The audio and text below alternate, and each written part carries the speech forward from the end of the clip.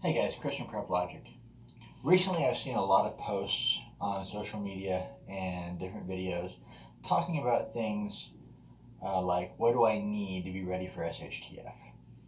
Um, and the most common thing I see people saying is 5 million rounds of ammunition, more guns than the Israeli army stocks in a month.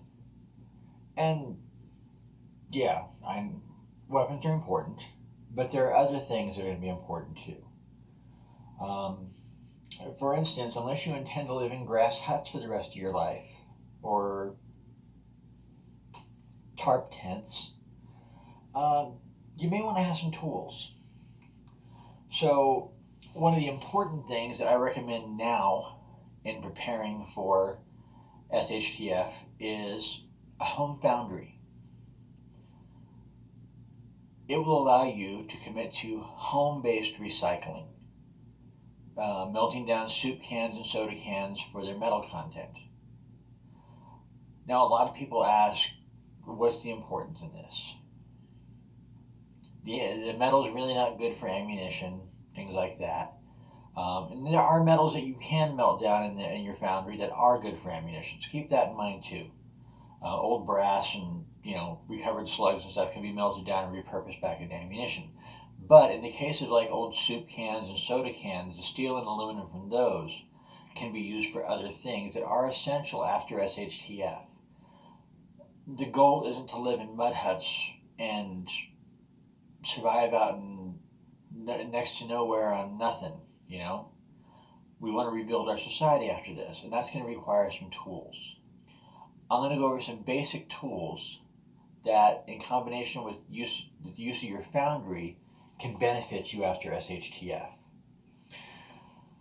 The first of these tools is a tap and die set. For those of you who don't know what a tap and die set are, they're for making nuts and bolts. Simple as that. Important. Secondly, forms for making rivets and pins to use with your tap and die set to make screws and bolts and nuts and stuff. Also, forms to make nails would be a good thing too. This repurposed metal from soup cans and soda cans is very good for stuff like screws and nails and building more permanent, stable structures. Um, Now, to go along with those, I also recommend a quality hand operated drill and drill bits. You can also include screw sets on that to go with your hand operated drill. I recommend getting both standard and Phillips screwdriver heads, and additionally specialized hex heads for certain like electronic components and stuff in case you have to take stuff apart to recycle the components out of it. Um, Along with those, I recommend having a good framing hammer. Not some dollar store job. Go to Harbor Freight and get a good 2 to 3 pound framing hammer. Something that's going to have some oomph behind it. Additionally, a good ball peen hammer as well.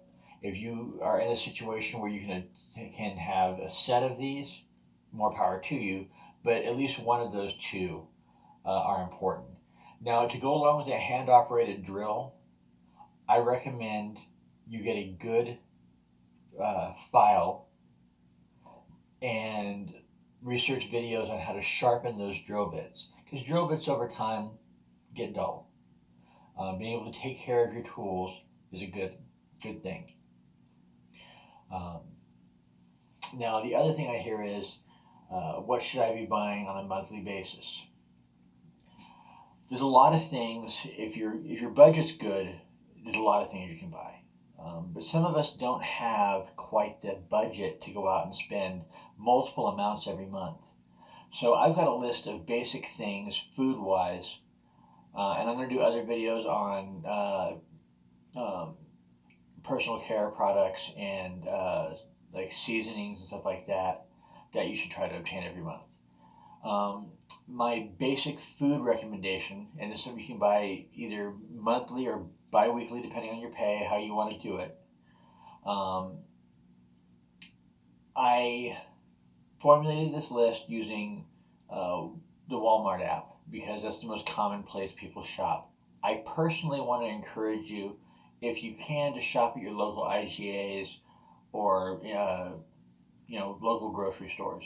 It keeps the money. It keeps money in your community, and it does more for you. It does more for the people that live in your town. Just saying. But that list that I put together would be a 5-pound bag of Mahatma enriched rice, a 8-pound bag of pinto beans, and all these are generics, great value. So they're the lowest possible price. A 5-pound bag of pinto beans, a can of either the great value luncheon meat, generic Spam, or if you prefer Spam. My price here is based off the great value luncheon meat. And then a case of ramen and a can of mixed vegetables. All in all, this will run you a total of $19.02 a month before tax. After tax, probably about $20. This is a basic food allotment that you can set, that you can buy every month and store up. It's easy. It's not going to cost you a lot every month.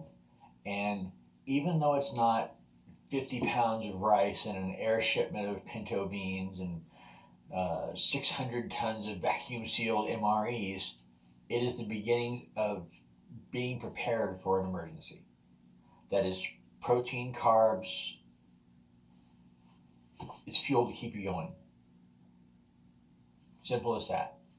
And it's cheap. $19.02 a month, $20, $21 with tax depending on where you live.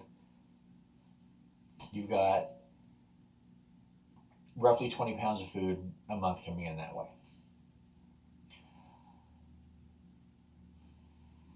Again, this is small, this is basic. You can expand on it as you want to. This is just a simple, get you through list. That if you do it monthly, you will accumulate a base for better preparedness. If you have any questions, feel free to hit me up in the comment section. I'm happy to answer those questions for you. As always, be decent to each other because we're all in this together. God bless.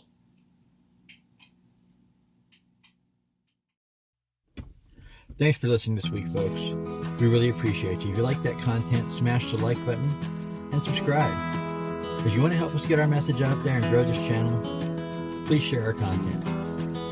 Again, we appreciate y'all. We hope you have a blessed day.